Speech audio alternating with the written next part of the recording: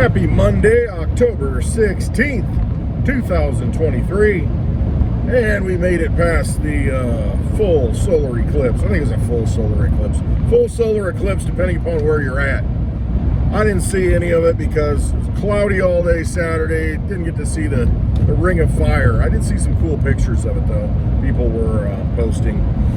People from Texas got a good view of it. Pretty cool. Next year we're going to have another major solar eclipse. Okay, so I think it ties in with the one that we had in 2017. Now, I'm no astrologer. I'm no soothsayer. And watching stars and signs in the sky, I just know that they happen. Do I know what the heck they mean? Not really. But they are happening. And we've got a major solar eclipse coming in 2024. 2017 we had one, as my voice breaks. But if you look at the pattern over the sky, where they intersect, not in real time, of course, the one in 2017, the one in 2024, where they make that X, that pivotal, crossing point, I find that interesting. Is there something to it? It's somewhere in some rural area in deep southern Illinois is where both of them will have been at their peak, 7 years apart. We'll see. We will see if it forebodes anything of significance. People used to think this, all these signs in the sky meant something, so who knows if we've got a bunch of these ancient vampires still running things and they believe in this stuff. Doesn't matter if we believe in it. If they believe in it, that probably is something that that triggers something for them.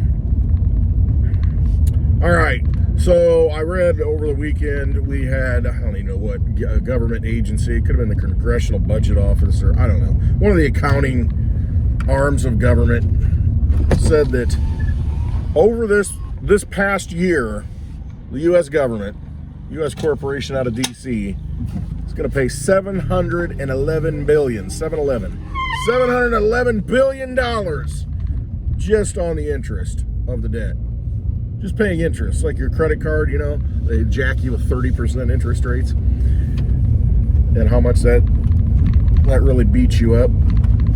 Just imagine having to pay $711 billion for the year. That would go a long way to building a wall. I don't know. Paying off people's mortgages. Paying off student loans. They keep saying they're going to pay off student loans. Well, student loans are something like $1.3 trillion. Maybe it's not that much. I think it's over $1 trillion, but it's one of the biggest assets that government holds. But, big deal. I look at it as, what's $1 trillion when you're over $33 trillion in debt? And you're paying over $700 billion in interest payments. Why not just pay everything off? That's my whole thing. Just have a jubilee. You pay it all off with whatever fake money you want to create. And you just say, F you bankers, here's your money. And done. And then you take people out of slavery. Now, a lot of people will make the argument that, well, you took on the debt. It's your fault. You signed on for it. And it's like, yeah, well, they kind of got colluded into it also, so there's a lot of people to blame. I'm not making the justification for either side. Yeah, they took on the debt. The thing is, though, what is debt? It's just fake money that's created out of nothing. I mean, it's not like it was a real asset that you owe the government. It's just some fictional thing that, first of all, they pump the price of the cost of college tuition because they give anybody a loan and say, oh, you need $100,000? You're 18 years old, you're good for it, here you go. And then the colleges get paid. They keep raising the wages of the professors, keep dumping money into the college, keep raising tuition. And so it's a self-perpetuating thing. It's just like the medical industrial complex and insurance. When the government's backing insurance to a great degree,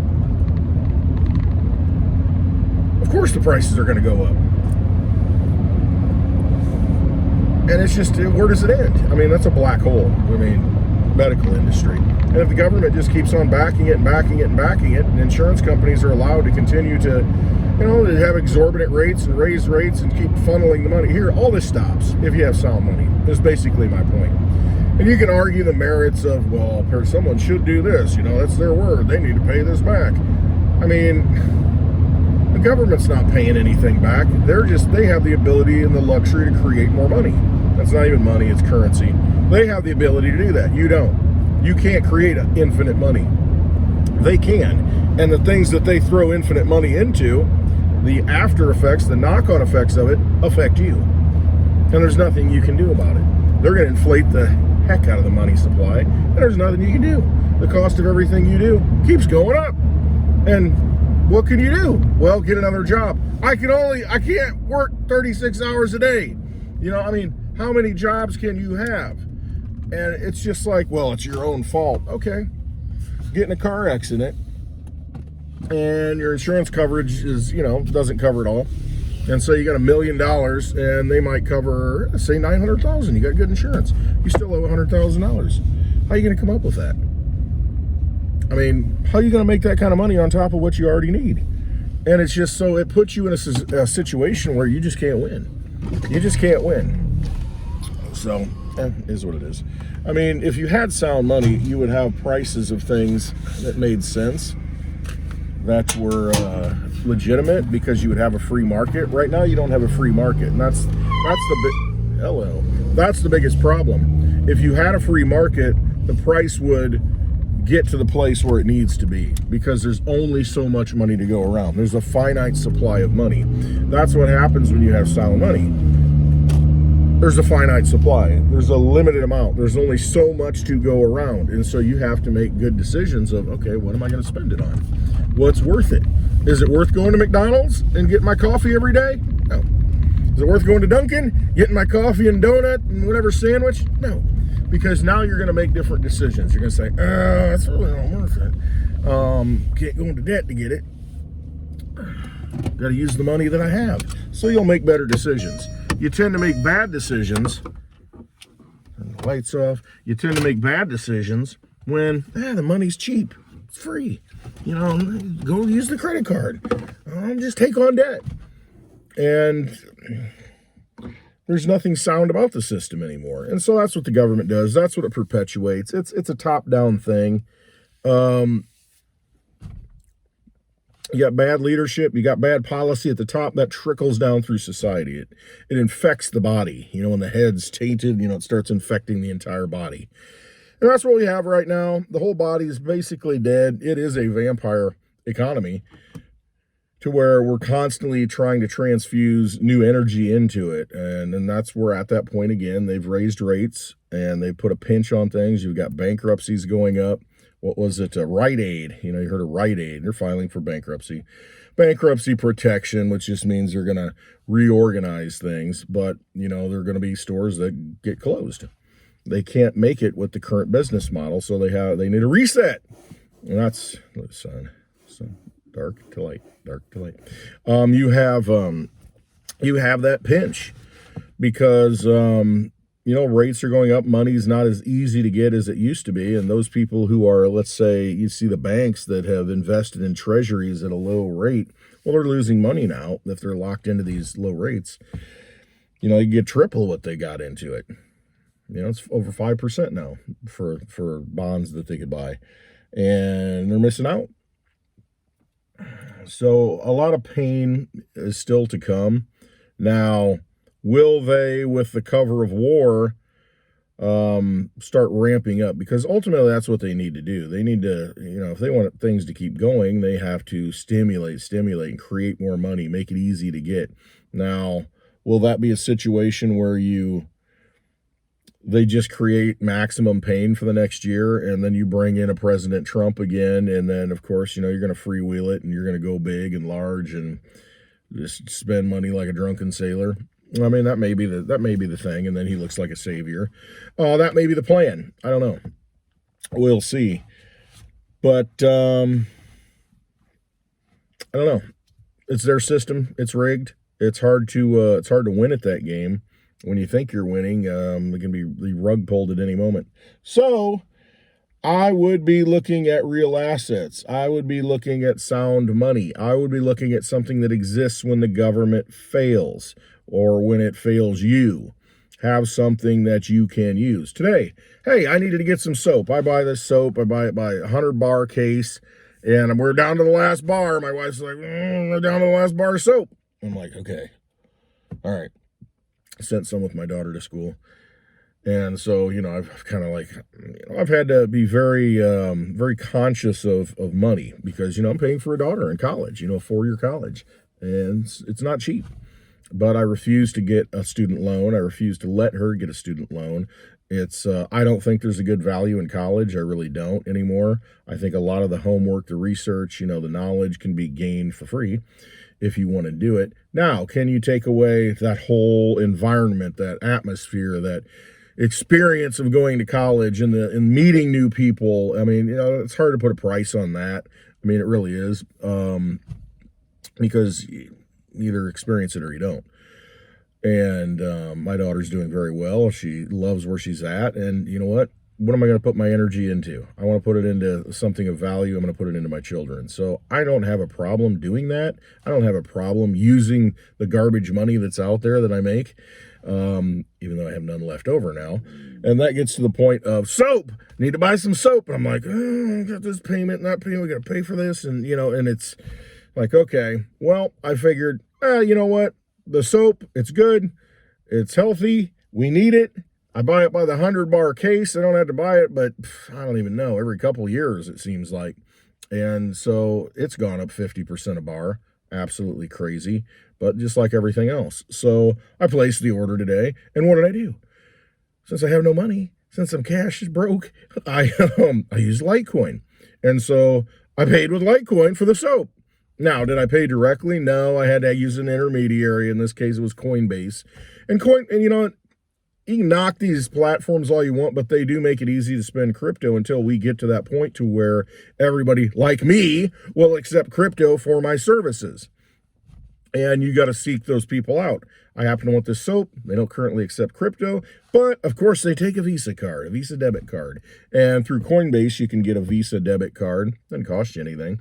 And you can choose to spend whatever crypto you want. And I spend Litecoin. It's easy. And so I'm like, okay, throw a couple on there and boom, spend it, done. Works.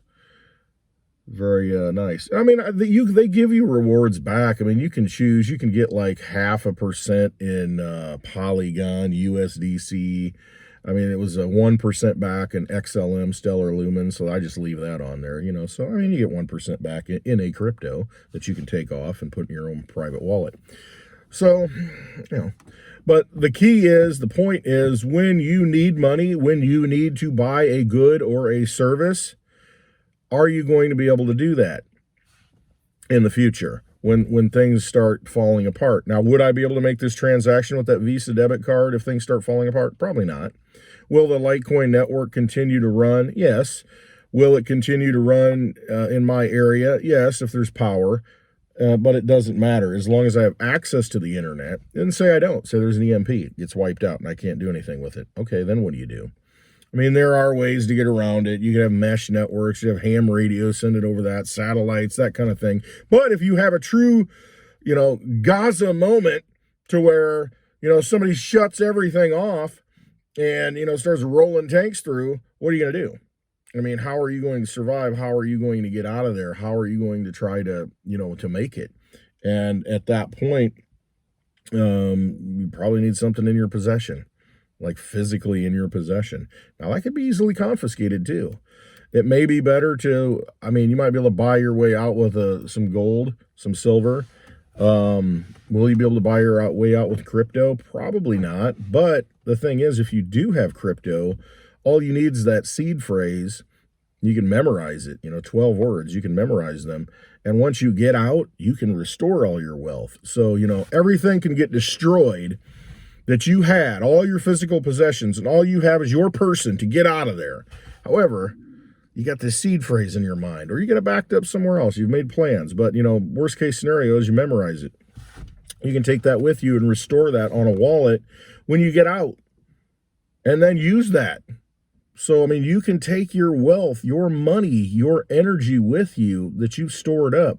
And that's what's so different about cryptocurrency is You really don't have it in your possession. The blockchain, all the computers are maintaining a record in that database that they all maintain.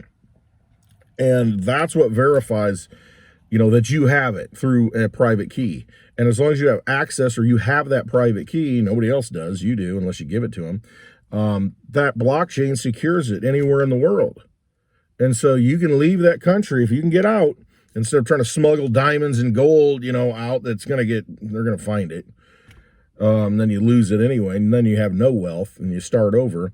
Well, in this case, it's like, hey, I don't have anything. I'm broke. I'm a piece of crap, and then, if you can get out, you still got that wealth, it's secured by the blockchain. You just need to restore it with those 12 words. That's your private key, unless you memorize the whole private key. If you ever seen that, so the 12 words are pretty handy. And so if you can get out and restore that, you got all your wealth. So that's why blockchain is allowing human beings to have a portable, secure form of wealth, money, energy stored up. And something to think about in these times as we're, changing very quickly. So, all right, that's Monday. It's the 16th of October, 2023. Man, it's going to be 2024 then, then the bull run kicks off for crypto, so you better be prepared. This stuff's cheap right now. I'm looking at it like, wow, wish I had some cash. Because you look at the prices in dollar terms, and in 2 years from now, less than 2 years from now, you're going to be like, wow, what was I thinking? I should have taken every $5 bill I had and turned it into DigiByte or something, into crypto. So anyway, just trust yourself. That's all you can do. If it feels right, if it resonates and you know it, you have that knowing inside, trust it, go with it, be calm. You know all the answers. It's all inside. You got terabytes of DNA. You have no idea what you're storing in there, but you're storing it. Probably all of history's in there. All right, love you all. Have a wonderful Monday.